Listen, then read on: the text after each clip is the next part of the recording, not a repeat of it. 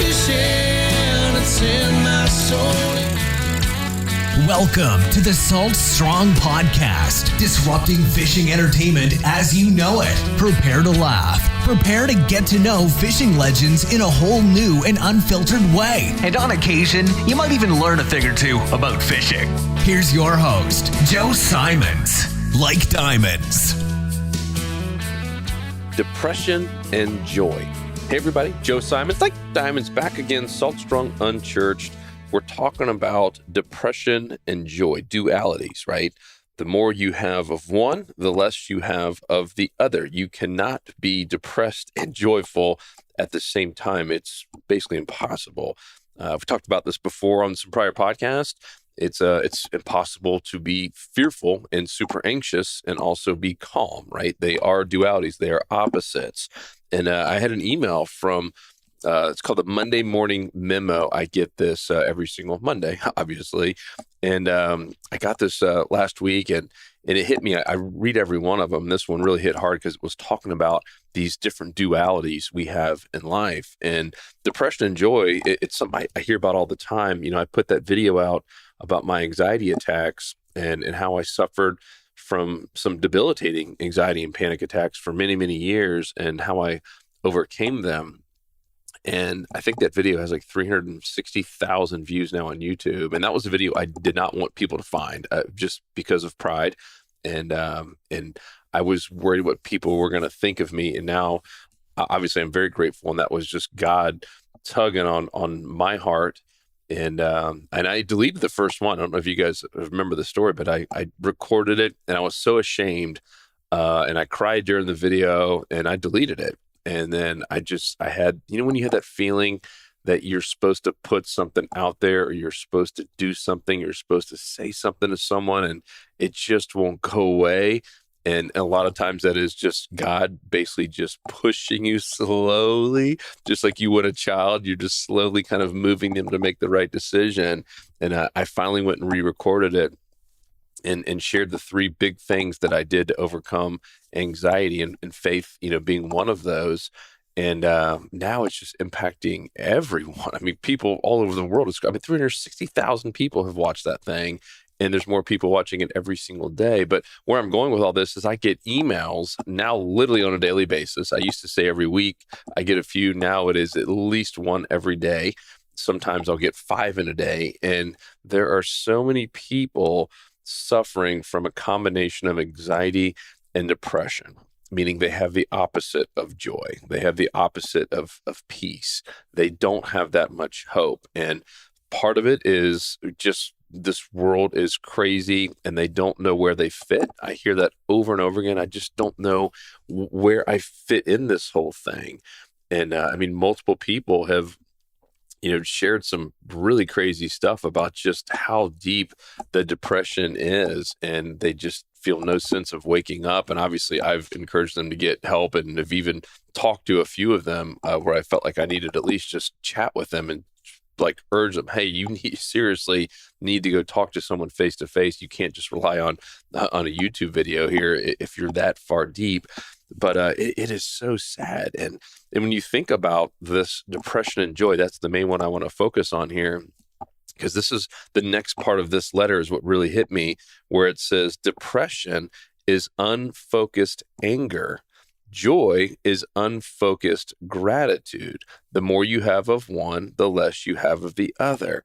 Now, this is really wild because this same week with my coach, Chris, that I talked about on the last podcast, we've been talking about anger and unfocused anger and what that does to your conversations and what it does to you as a leader and what it does to you, at least in my case, as a husband and a dad.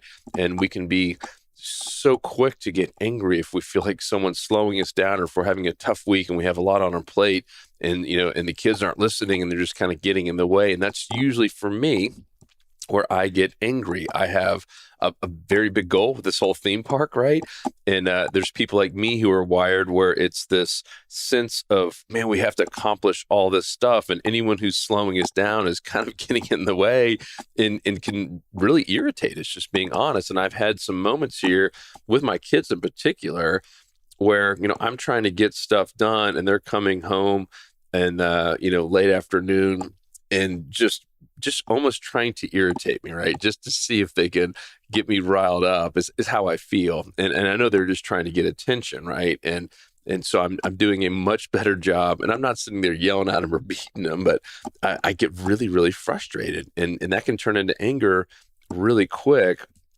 And that is right. The depression is unfocused anger. That's really where the root of this is coming from. And I was like, wow, so powerful. So what my coach Chris has been encouraging me to do is find a way to figure out how that other person is feeling, right? Put yourself in the shoes of the other person. And let's just go back to the last time you were in an argument, right? Think about the last fight that you had. Maybe it was with a spouse or a coworker or a friend. Think about the last, kind of argument that you got in. Didn't you just wish that the other person would step into your shoes and see it from your perspective, right? That's really what we all want when we're in our fight. We're like, why can't this person see this, right? I mean, it's the same with any argument online about politics or anything. It's like, can't you step in my shoes and see how obvious the answer is here?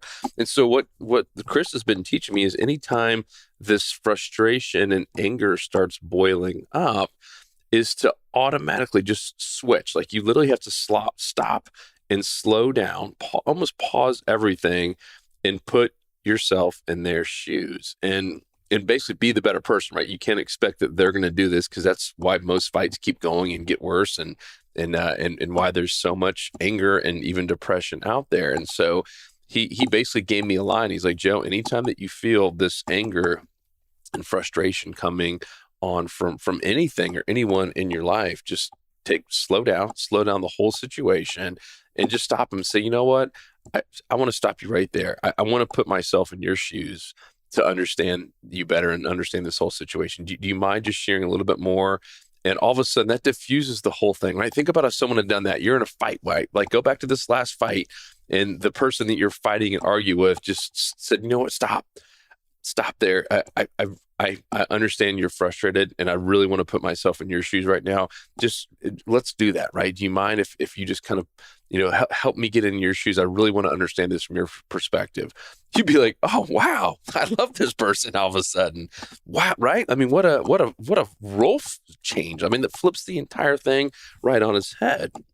So I don't know. I got really excited by that because I've done the opposite as I just continue to get frustrated. And then the little fight or the skiffs, the scuttlebutt is over. And then, I'm just still thinking about it and angry. And we're all guilty of doing that. And that does this kind of unfocused anger is what eventually leads, to depression. Whereas the unfocused gratitude is what leads to joy, which is why I spent a lot of time on that video about overcoming anxiety is writing down what I'm grateful for. It is amazing the joy that brought me, even just writing about other people and the small things that had happened to me that day, even saying I'm grateful for my anxiety attacks, even though I don't understand them, God, that I'm grateful for them. And it was amazing how over time that disarmed the power anxiety had over me.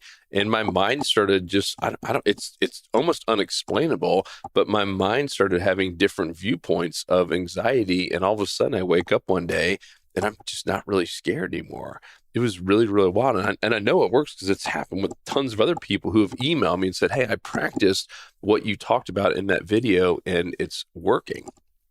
So don't be angry, be grateful is really the whole theme here. Don't be angry, be grateful. Now, some of the other dualities that were in this email, really, really interesting, freedom and responsibility.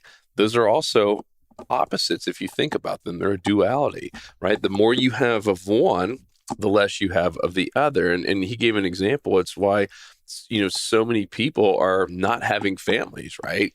You can call them selfish or not. It doesn't really matter, but it really is. It's an opposite of freedom and responsibility because every child you have, I have 3. I know it's more and more responsibility.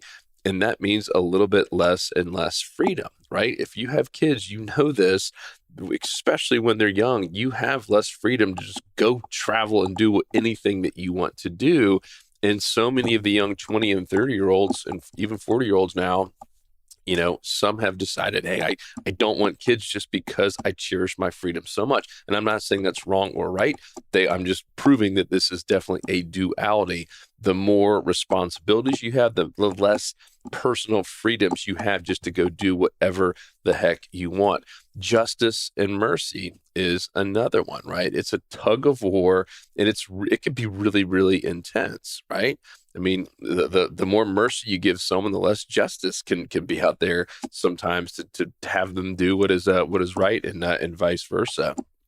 And then opportunity and security. When opportunity increases, right, security declines.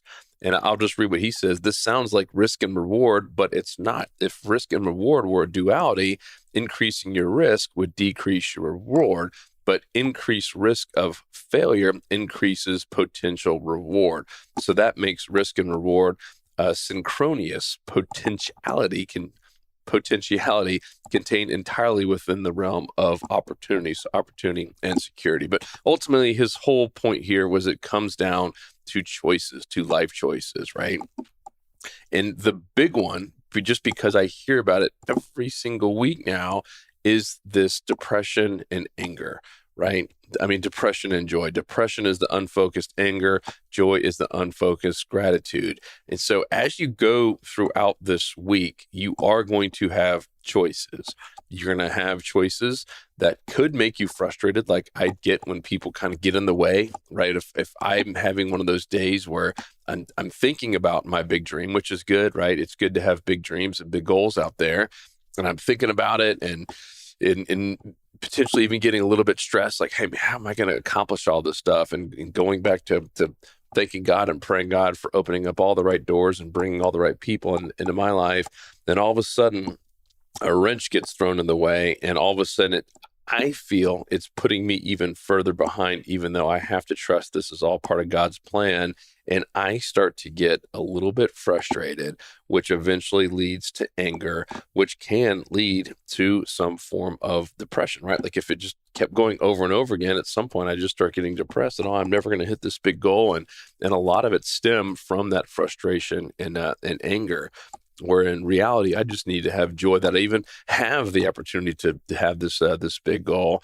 And that all just goes back to gratitude. And it's why, if you haven't done this yet, this would be one of the biggest challenge I'd put out there, is to write, not to say it, but to hand write. There is something magical and mysterious that happens when you take a little notepad and a pen or whatever pencil, whatever your writing utensil is, and not a keyboard, and actually write it out by hand. I'm telling you, something magic happens. I never understood it until I did it. And I would never go back in a million years to writing stuff on keyboard. It is something, and there's been studies on this, how your brain is wiring even more when you're writing stuff out by hand. It is really wild. I've just found so many amazing things have come into my life. So many blessings and so much more gratitude and joy have come into my life when I actually took the time to write it down. So that is the big challenge here, is to have a little gratitude journal, write down. And I do, it just takes me minutes. I'm not sitting there for an hour, writing to my diary, dear diary, yesterday was fantastic, full of joy. No, I'm sitting there and just saying what little small things I'm grateful for, a small little email someone sent to me, or a small message, or man, we had a really awesome day as a team, or one of our team members, just really broke out of their shell and did something cool, or one of my kids just, kicked a goal in soccer, all the small stuff. And even sometimes, as I said earlier, even the bad stuff. You know what, God, I had a tough day, but I'm grateful for it because I know it's making me stronger, right? Talk about flipping, right? Flip the story, flip the script. It doesn't just have to be, I had a horrible day and this happened. Flip it. God, you know what? It felt bad, but I know this is all part of the plan. I'm trusting you. When you start doing it every single day, all of a sudden, nothing hurts you. Like literally all of a sudden, everything just deflects off. It's like putting Rain-X on your window, right? All of a sudden, everything just starts kind of bouncing off when you flip every negative thing on its head and start being grateful for it. The opposite happens, if you haven't caught on to the theme here, the opposite happens when you start letting everything bug you and you have this unfocused anger, and eventually it turns into depression and anxiety and fear, right? That's what's happening to most of us. That's what happened to me when I was down at my worst. And every little thing that happened in my life, I would just start dwelling on it in a negative way, like, oh, pity me, woe is me, like, then all these little things. Why did this have to happen to me? And then when I started reversing it and turn it into a joyful moment and basically saying, God, I am trusting you. I'm having full faith that this isn't, even though it felt bad for the time, I know this is awesome and I am grateful for it. Then all of a sudden now everything is joyful. You are Rain X, and nothing, I'm talking like nothing can really get underneath your skin. Not, I guess occasionally something will happen. But all you have to do is revert back to this. All you have to do is, like my coach Chris has been saying, is pause it, slow down, and start being grateful for it. Flip it on its head. You know, if you're in a fight with someone or a group of people or teammates or kids or your family or whatever it is, just flip it on its head. Try to put yourself in their shoes and try to understand them. Most of the time, here's what I found. Most of the time, when you're in an argument with someone, you're both going to your what we call like your identity weakness, right? It's usually some type of fear, anxiety that is basically put yourself in this situation, right? And that might not make sense just because I've spent a whole lot more time analyzing this. But usually there's some sort of anxiety behind the scenes, right? That the person is struggling with, including us. And if you can just put yourself in their shoes and realize, man, like here's why they feel threatened, right? This is what I'm getting at. Here's why we're having this fight. And if all of a sudden you can put yourself in their shoes and then show them the mercy and just be joyful for them and have gratitude towards them, it's amazing what would happen. If we all did that, there would be no fights. There'd be probably no murders. Of course, easier said than done. But I'm telling you, you will have more friends and more amazing blessings in your life if you can do that over and over again and just be the person that no one ever fights with, because you're always putting yourself in their shoes, figuring out what that fear, that anxiety, or maybe it's just a lack of appreciation and they're just worn out and burnt out and tired, and just recognizing that. Just the simple act of you recognizing that, yeah, you know, they're struggling with this. And it's I'm telling you, it's amazing. It diffuses the entire situation, and all of a sudden now you have a new best friend versus someone who's going to bed angry at you and wishing bad things upon you. So hope that was helpful. Remember, depression is unfocused anger. Joy is unfocused gratitude. The more you have of one, the less you have of the other. So practice the joy, practice the gratitude, write it down every single day. You will do it for 30 days. Just try it if you have not done it yet. That is the challenge here today. You will be blown away with what happens. And I would love for you to report back to me on how your life has changed, or what changed in your life, or if anything magical happened in those 30 days as you started writing down even just a sentence or two. It does not have to be a novel, just writing down a few things that you're grateful for every single day. And of course, my email is joe@saltstrong.com. I would love to hear from you. Guys, I appreciate you so much, and we'll talk to you on the next episode. 'Cause fishing, it's in my soul.